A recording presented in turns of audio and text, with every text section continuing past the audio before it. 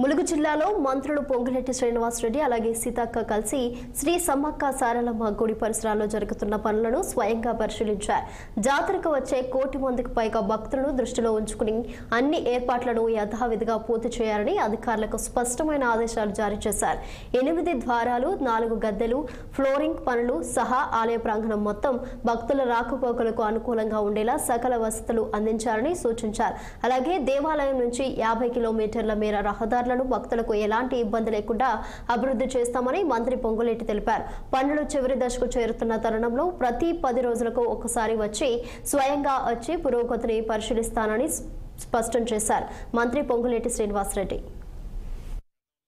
గతంలో అనేక పర్యాయాలు చెప్పినట్లుగానే ప్రతిష్టాత్మకంగా రాష్ట్ర ప్రభుత్వం గౌరవ ముఖ్యమంత్రి రేవంత్ రెడ్డి గారి నాయకత్వంలో ఈ సమ్మక్క సారలమ్మ సంబంధించిన గిరిజనులు పవిత్రంగా గిరిజనేతరులు ఆరాధ దైవంగా పూజించే ఈ దేవతలు వనదేవతలకి సంబంధించిన ఈ మేడార ప్రాంగణాన్ని అద్భుతంగా మహా అద్భుతంగా తీర్చిదిద్దాలని ఆ అమ్మవార్ల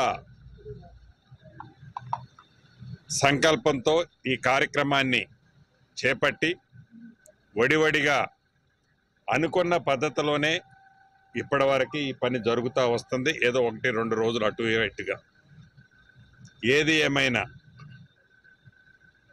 ఏవైతే 8 ద్వారాలు ఉన్నాయో ఈ 8 ద్వారాలకు సంబంధించిన అంశాల విషయంలో కానీ, ప్రాకారానికి సంబంధించిన అంశాల విషయంలో కానీ, గద్దెలకు సంబంధించిన 4 గద్దెలకు సంబంధించిన అంశాల్లో కానీ, కింద ఫ్లోరింగ్ కానీ ఇతరత్ర సకల వసతులతో గిరిజనులు గిరిజనేతరులు 1 కోటి మంది పైగా జనవరిలో జరగబోయే ఈ జాతరకి వస్తున్న సందర్భంగా అన్ని ఏర్పాట్లు ఈ దేవతలు ఉండే ప్రాంతంలోనే కాకుండా ఈ ప్రాంతం మొత్తం సుమారు ఒక 50 కిలోమీటర్ల రేడియస్లో ఎక్కడ రోడ్డు వసతులు ఇతరత్ర అన్ని వసతులను కూడా కల్పిస్తూ దానికి సంబంధించిన పనులన్నీ కూడా వడివడిగా గతంలో లాగా టెంపరవరీగా కాకుండా శాశ్వతమైన పనులు ఈ రాష్ట్ర ప్రభుత్వం డబ్బు ఎంత ఖర్చైనా పర్వాలేదు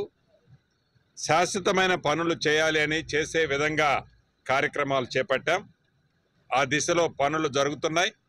ప్రతి వారానికి 10 రోజులకి గౌరవ మా 2 ఆడబిడ్డలు సమ్మక్క సారలమ్మ ఇద్దరితో కలిపి నేను ఇక్కడికి వస్తూ ఉంటాను.